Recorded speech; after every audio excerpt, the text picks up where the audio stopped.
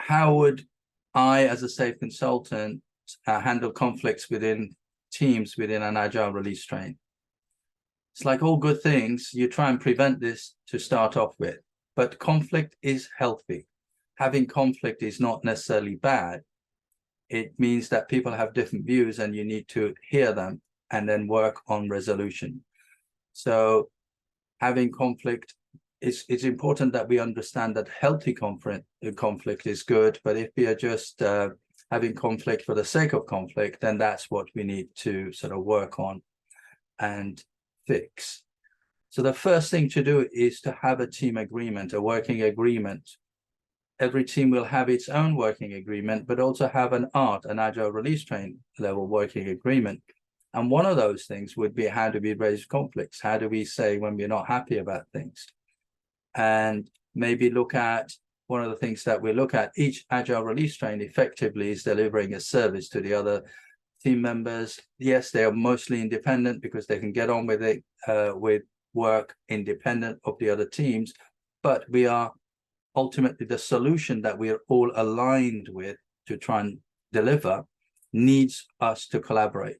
So we could have regular, what are the sources of dissatisfaction between the service that we are delivering to each other? Why is that, if you like, dissatisfaction? What is it? Why is it there? And what can we do in order to achieve, in order to resolve it? It would be changing of behaviors, or it could be a tone. It could be the way that we request. Maybe the requests go via email or last minute. So it's about understanding those things and working together to resolve it.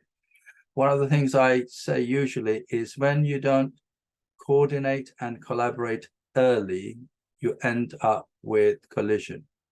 So a lot of times, oftentimes, is because we think of something and all of a sudden we put a request on another team expecting them to jump on it and sort of resolve it because we just thought of it.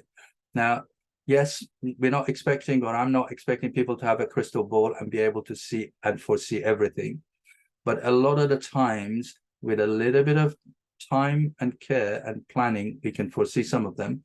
And sometimes when those things come up, they're not that urgent. They can wait for the next planning, you know, the next iteration planning. So we can put the request in to say, well, this is our request, but please address it in the next planning, iteration planning that you do.